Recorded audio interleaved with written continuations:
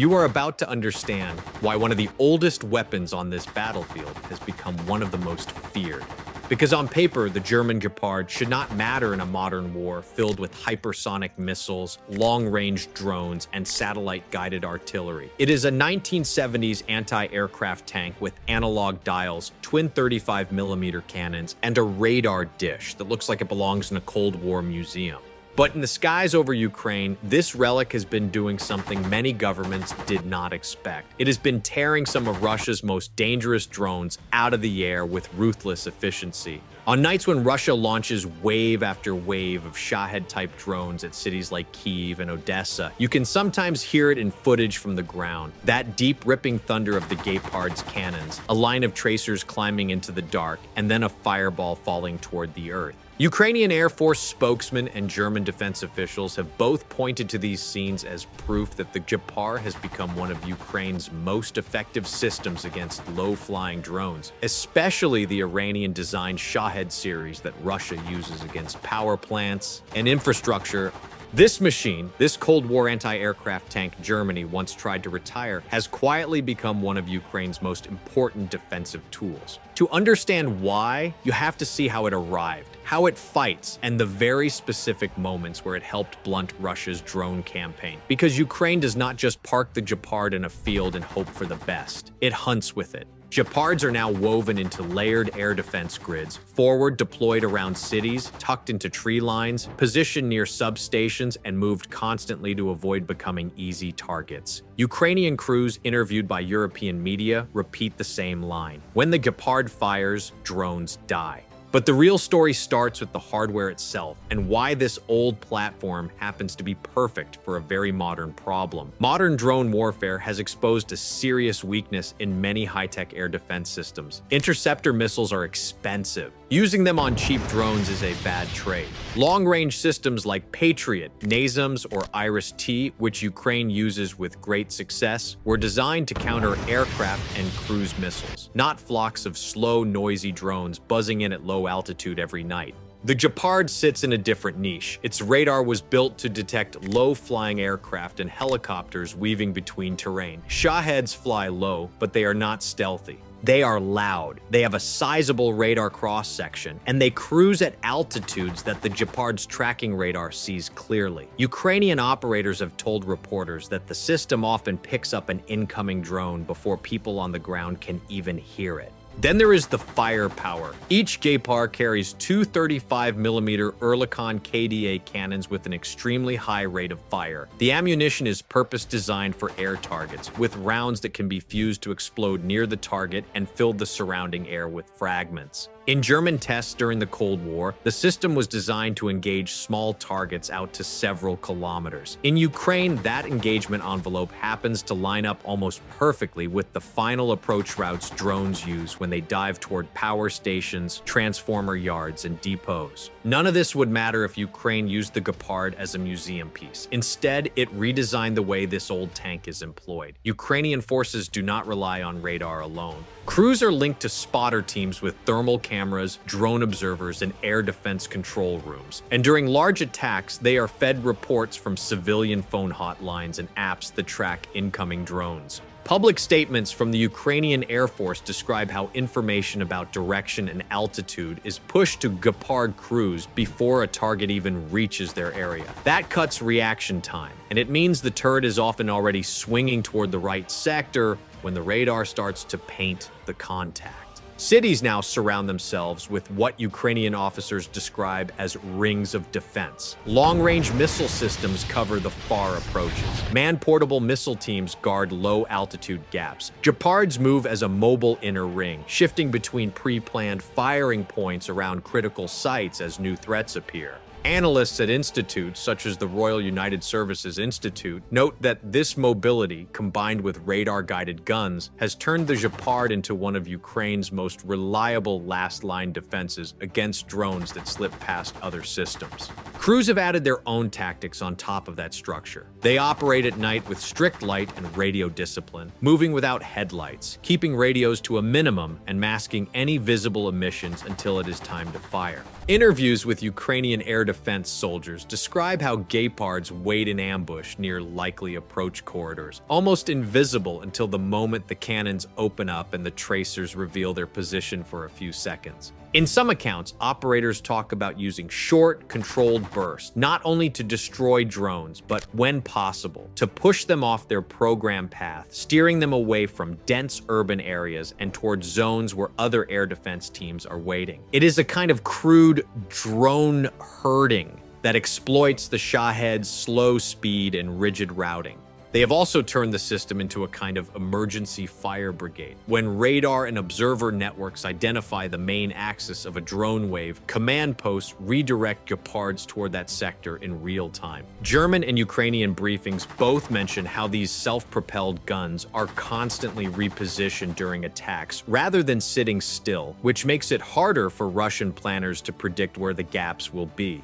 On some nights, crews describe driving from one side of a city to the other in the middle of an attack window, reaching a new firing point just as the next group of drones comes into range. To keep the guns firing through these windows, Ukraine has built an entire mini logistics chain around each Gepard. Ammunition trucks and reload crews are pre-staged nearby. Belts of 35mm rounds are prepared in advance. Crews practice rapid barrel and belt changes so that a vehicle that has just emptied its magazines can be reloaded and back online within minutes. German defense officials have publicly praised how quickly Ukrainian units learn to maintain and sustain the system under pressure. All of this would sound abstract if there were no real events behind it. There are. From late 2022 onward, Russia began using Shahed series drones in large numbers against Ukraine's energy network. Kyiv, Kharkiv, Odessa, and other cities faced regular nighttime barrages aimed at power plants and substations. In the same period, Germany started sending Gepards and ammunition from its own stocks and from refurbished vehicles, eventually delivering more than 40 systems, according to German government figures and defense reporting. During several of those major strikes on Kyiv's power grid in autumn and winter, Ukrainian Air Force spokesmen pointed to the Gepard by name. They described how these guns intercepted drones that had already slipped past missile-based defenses and were seconds away from hitting electrical infrastructure. German defense updates echoed those accounts, calling the system highly effective against low-flying drones. Along the Black Sea, as Russia stepped up attacks on grain terminals and port facilities in and around Odessa in 2023, Gepards were again mentioned in Ukrainian and German reports as key elements of port defense, knocking down drones that could have set fuel storage or grain warehouses on fire and triggered secondary blasts. That mattered not just for Ukraine's economy, but for global food markets that depend on those exports. In late 2023 and early 2024, when Russia launched some of its largest mixed strikes of drones and cruise missiles, Ukrainian Air Force summaries frequently listed dozens of Shahed shot down, with Gepards cited as one of the main contributors against targets in the final phase of flight. German officials publicly described the Gepard as one of the most successful systems Ukraine was using against those drones. Taken together, these reports show a pattern rather than a single heroic episode. Every time Russia escalated its drone usage, Ukraine shifted Gepards to the places where they could do the most damage to that campaign. And every time, they forced Russia to adjust. This is the part that really matters at the strategic level. The Gepard does not just shoot down drones, it changes how Russia has to fly them. Russian operators have had to rethink routing, altitude, and timing. Flying higher to avoid guns makes drones easier targets for missile systems. Flying lower to hide behind terrain keeps them inside the Gepard's sweet spot for longer. Trying to spread routes wider burns more fuel and increases the chance some drones crash or fail before reaching Ukrainian airspace. Each adaptation comes with trade-offs. Analysts who track the cost side of this also point out something uncomfortable for Moscow. A Shahed-type drone may be cheap in comparison to a cruise missile, but it still costs real money to produce or import. A Gepard round is not free either, yet the cost per interception is far lower than firing an expensive missile at a flying lawnmower. German defense ministers have said openly that gun systems like Gepard are essential for keeping Ukraine's air defense sustainable. because using only modern missiles against cheap drones is not a viable long-term strategy. Russia faces other problems when it tries to neutralize the system. Most Gepards are positioned in Ukraine's rear areas around cities, industrial sites, and key infrastructure. Russian ground units cannot reach them directly. Hitting them with long-range missiles would require Russia to spend valuable high-end munitions on a single armored vehicle that may or may not still be in that location. When Russia sends drones or cruise missiles after them, it is sending exactly the kind of target the Gepard is designed to kill.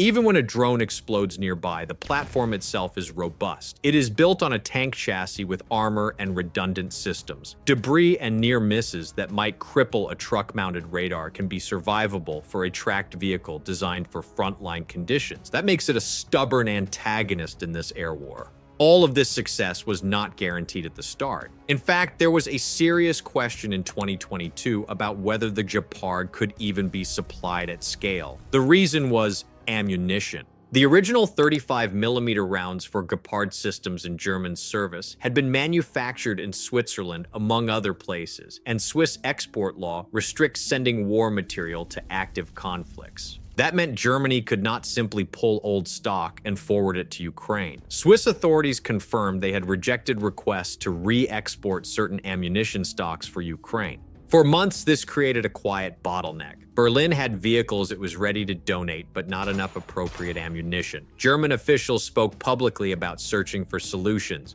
restarting or adapting lines to produce 35mm ammunition compatible with Gepard. By 2023, those efforts were bearing fruit. German support lists began to show tens of thousands of rounds supplied to Ukraine, and ministers declared that the ammunition issue had been resolved through new contracts. For Ukraine, that shifted the Gepard from a short-term patch into a sustainable pillar of its air defense grid. There's also a political and symbolic layer to this story. When Russia launched its full-scale invasion, Germany was cautious about sending heavy weapons. Internal debate in Berlin over tanks, infantry fighting vehicles, and long-range missiles was intense and very public. The Gepard was one of the first serious armored systems Germany actually transferred, announced by the government in spring 2022 and delivered in batches over the following year. That move signaled a shift. It showed that Berlin was willing to cross a psychological line from delivering helmets and small arms to providing complex, lethal systems. For Ukrainians, seeing German anti-aircraft tanks protecting their cities had emotional and historical weight. Commentary in European media often noted the reversal. A country whose tanks once pushed east in a previous war was now sending armored vehicles to help stop a Russian attack instead.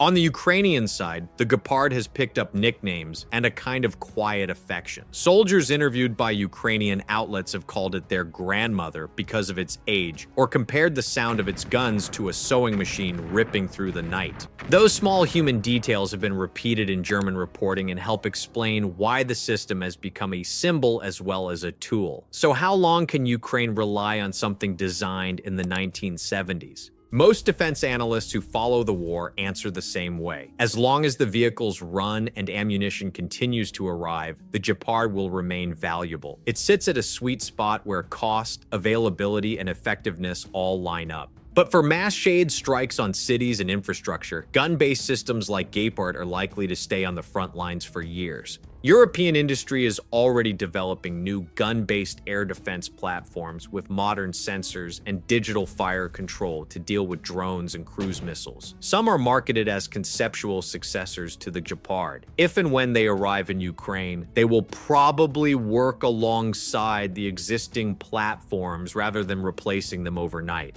Air defense is cumulative. You do not throw away what works. You layer new on top of old until the threat changes again. In the end, the story of the Gepard in Ukraine is less about nostalgia and more about adaptation. A Cold War vehicle built to protect tank columns from Soviet aircraft now spends its nights defending apartment blocks and transformer yards from Iranian-designed drones launched by Russia. A system that was almost written off as obsolete has become, according to Ukrainian and German officials, one of the quiet heroes of the country's defense against attacks on civilians and infrastructure. It also exposes a few myths. That only the newest, flashiest systems matter. In reality, a radar-guided gun on a tracked hull can be just as decisive as a cutting-edge missile battery when the target is a slow, low drone. That industrial decisions are fixed forever. Germany showed that old ammunition lines can be restarted and retired systems can be reactivated when strategy demands it, and that cheap drones automatically overwhelm defenders. Ukraine's experience with Gepard suggests that with the right mix of sensors, tactics, and gun systems, even large drone attacks can be blunted enough to keep cities functioning and morale intact. None of this is about glorifying war. It is about understanding how one particular system, documented in government statements, battlefield reporting, and independent analysis, has shaped a key part of Ukraine's response to strikes on its population and critical infrastructure.